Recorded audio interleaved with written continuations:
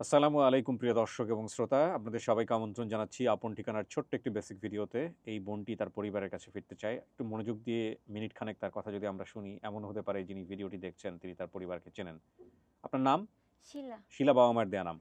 জি। বাবার নাম কি ছিল? রাজ্জাক। মায়ের নাম? ফিরোজা বেগম। আর বোনের নাম হচ্ছে রেখা। রেখা। চাচাতো ভাই ৩ জনের নাম মনে আছে। নামগুলো জাহাঙ্গীর। বলেন? জাহাঙ্গীর, বাবুল, খোকন। খোকন।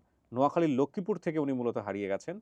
উনার বাবা-মায়ের সম্পর্ক ভালো ছিল না। বাবা চলে গিয়েছিলেন ইন্ডিয়াতে, মা চলে এসেছিলেন ঢাকাতে। সেই সূত্র ধরে উনার এক চাচী উনাকে এক বাসায় কাজে দেন। সেই বাড়িটা উনার বাড়ির পাশেই। বাড়ির নাম ছিল পাটোয়ারি বাড়ি।